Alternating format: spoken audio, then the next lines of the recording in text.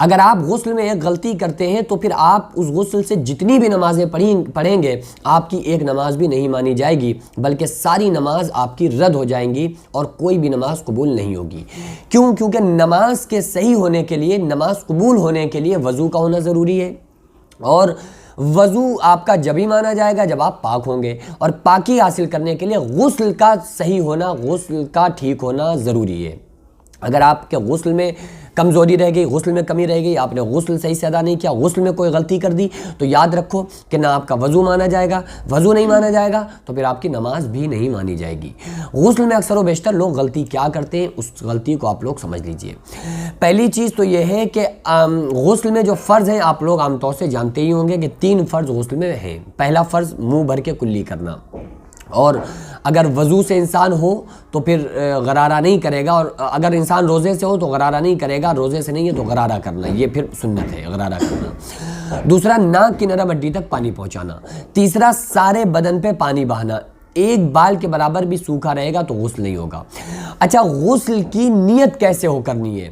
اور بغیر نیت کے تو کوئی عمل قابل قبول ہے ہی نہیں۔ حدیث پاک میں آتا ہے انما الاعمال بالنیات، عمل کا دار و مدار نیتوں پر ہے۔ انسان کو وہی ملے گا جس کی اس نے نیت کی ہوگی، تو نیت اصل چیز ہے، نیت دل کے ارادے کا نام ہے۔ تو اب ہمیں غسل کی نیت کس طرح سے کرنا ہے؟ ہمیں غسل کرنے سے پہلے کس طرح سے نیت ہم کریں گے جو ہمارا غسل ہو جائے گا؟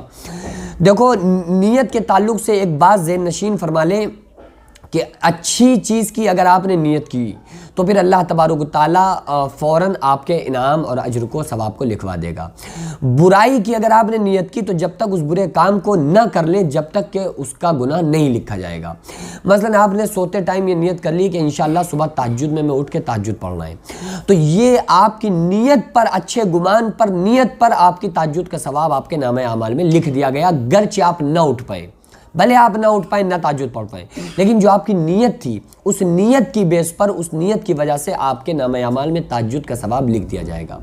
لیکن اگر آپ نے یہ نیت کی کہ ہمیں صبح چوری کرنا ہے، پھر آپ نے چوری نہیں کی تو پھر وہ گناہ نہیں لکھا جائے گا۔ یعنی آپ نے چوری کی نیت کی یا گناہ کی نیت کی تو اس وقت وہ گناہ نہیں لکھا جائے گا جب تک کہ وہ گناہ کا کام آپ کر نہ لیں۔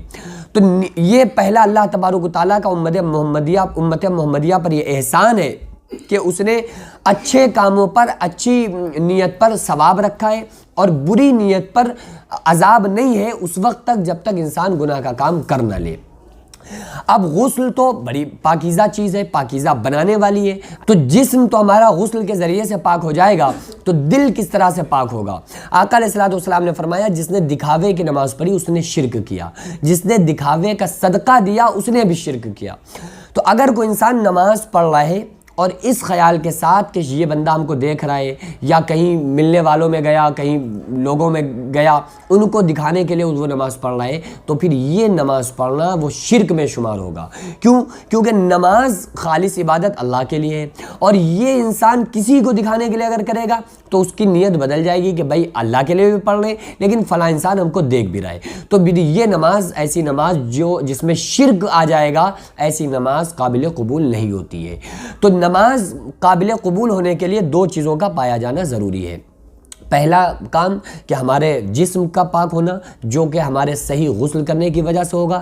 دوسری چیز ہمارے دل پاک ہونے کی وجہ سے، تاکہ ہمارے دل میں کسی قسم کا نماز پڑھنے میں دکھاوا نہیں ہونا چاہیے۔ جب یہ 2 چیزیں ہو جائیں گی تو ہمارا شمار ان لوگوں میں ہو جائے گا جن کے بارے میں اللہ تعالیٰ قرآن مقدس میں فرماتا ہے، بسم اللہ الرحمن الرحیم، قد افلح المؤمنون الذین هم فی صلاتهم خاشعون، کہ کامیابی کو پہنچ گئے، فلاح کو پہنچ گئے وہ لوگ الذین هم فی صلاتهم خاشعون، جو اپنی نمازوں کو خشوع اور خضوع کے ساتھ پڑھتے ہیں۔